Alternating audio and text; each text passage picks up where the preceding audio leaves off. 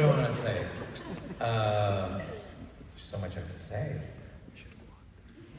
I guess the thing about college is there's so many pressures in the world and so many difficulties. This is a really hard time to be a teenager and a young adult.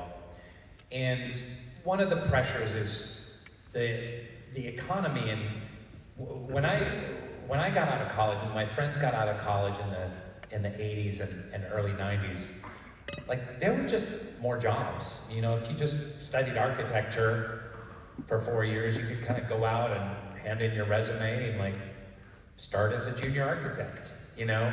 And it doesn't really work that way. So there's a tremendous amount of pressure to like use your college years to gain tangible, practical skills to get jobs. And I don't want to poo-poo that at all, but like I just described, the college experience is so much richer and more meaningful than that. This is the beginning of a life journey, and it's a journey of self-discovery. It's a journey of travel, of falling in love, of pondering the meaning of life, of becoming kind of more mature, more wise, and better human beings, and to just look at your educational journey as a rich, lifelong process. The learning doesn't stop after you get your diploma. This is just the beginning of kind of learning how to learn. And the other thing I want to say too is there's all this pressure on kids to have everything figured out way, way, way too young. You know, there's this pressure on high school students of like, where are you going to college? Oh, you can get into Brown?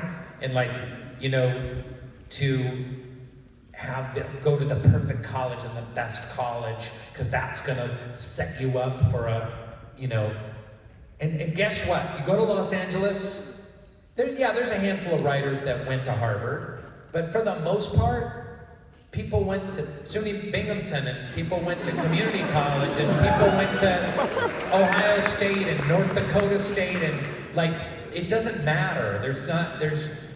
Maybe if you want to go to like the top law school or the top engineering school or top medical school or something like that, it might be more helpful to go to an Ivy League or something like that. But unless if you're not in that world, it doesn't matter. And you don't have to have everything figured out in your 20s. The 20s is a great time to experiment and goof around and fuck off and fuck around. Like, it really is. Like, all this pressure of like, I've got to get into perfect college, and I've got to get this, I've got to have the perfect internship during the summer, and then I've got to get this perfect GPA, and then I'm going to this grad school after I do this, you know, apprenticeship here, and I get the recommendation from here, and I win this award here, and then and then it's like, by 26, I'm gonna have this job as a CPA at this firm, and like, forget that. You don't need to do that. The 20s is the time to grow, learn, thrive, read, fall in love, travel the world, and make a lot of mistakes. It's fine to make a ton of mistakes in your 20s. Don't hurt yourself or anyone else. Don't be stupid. But make some mistakes, and then you'll gain some maturity by the time you're 30s.